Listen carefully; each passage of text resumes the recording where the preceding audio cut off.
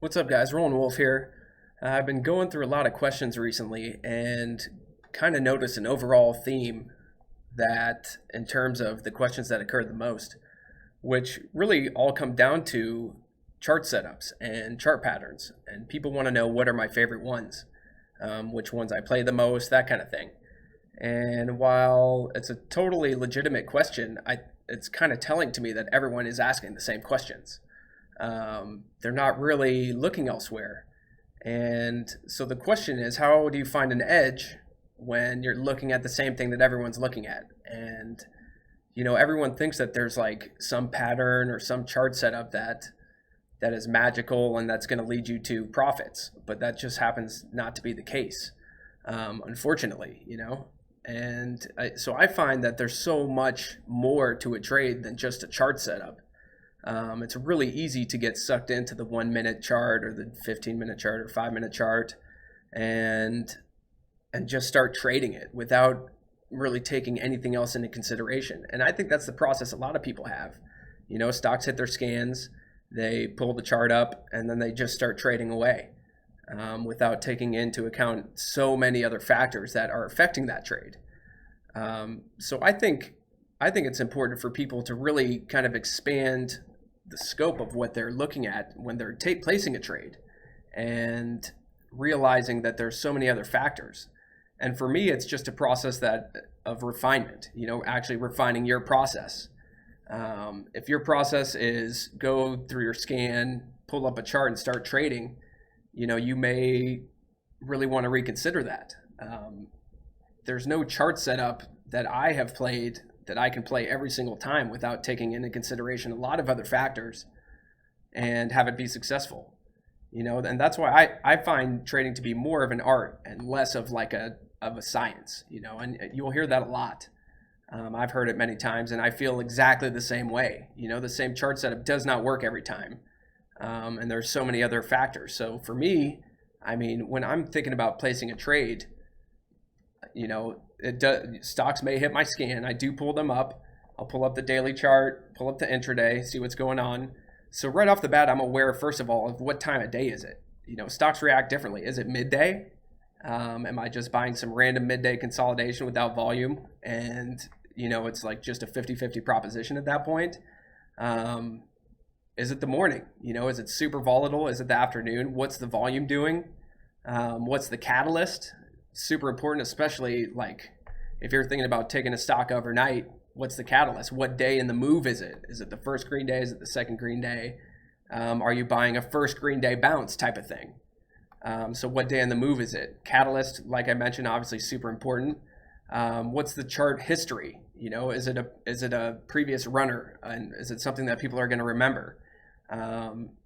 What's in the filings? Are there dangers lurking in the filings, or an edge you can find there in terms of like if you're wanting to short sell something, or protect yourself to the long side? Is there at the market offering going on?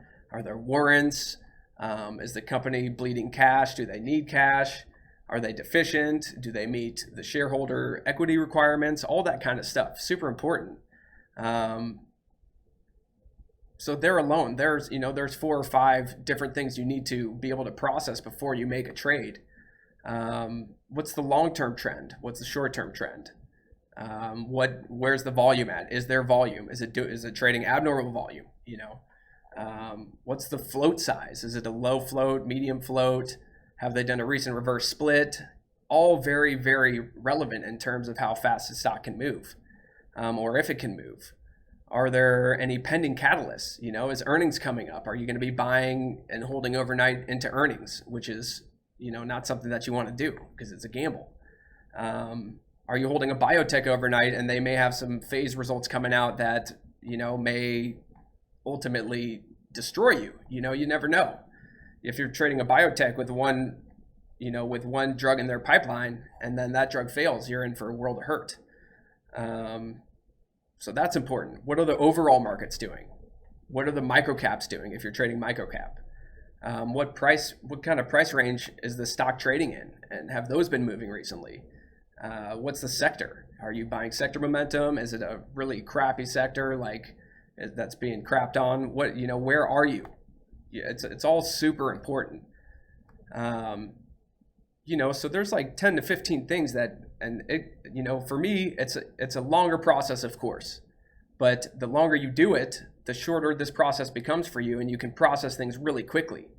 So, you know, I'm able to kind of go through this checklist in my head for just about every trade. I try to make sure to try to hit these on every trade. And my edge may lie somewhere, anywhere in there where people aren't looking. And that's what gives me conviction on certain trades.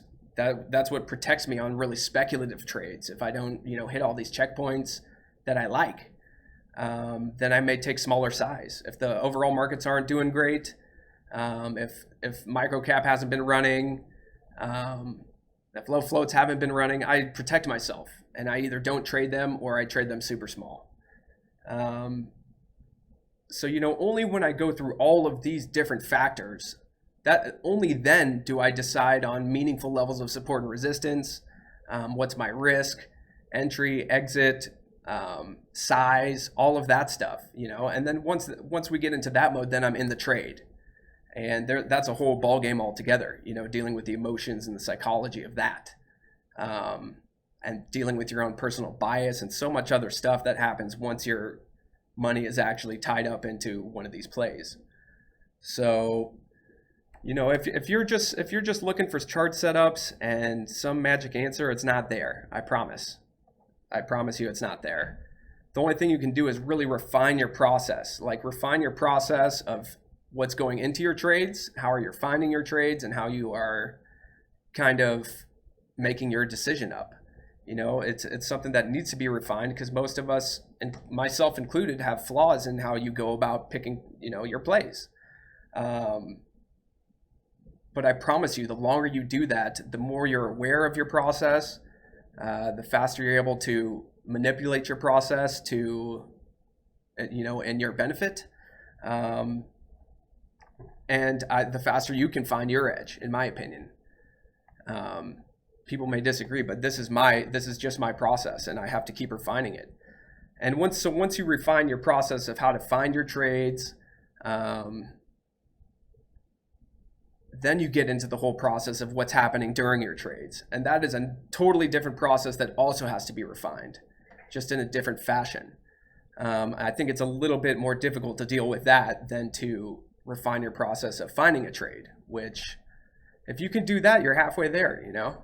And if you're going through all these different factors and you're really trying to take the macro and the micro into consideration, then you already have an edge just there, especially trading microcap, where most people are looking at charts trying to trade them, chasing stocks around, chasing things around. You know, that's a dangerous game, and then you're doing what everyone else is doing. So, you know, I would really consider looking into your process of how you're finding trades in the first place. And that's where you'll find your edge, I think. And then it comes down to trade performance, obviously. But so I hope this was helpful, guys. Gonna try to start getting some videos out again. And yeah, just hit me with questions. Let me know what you guys want to see. Have a good one.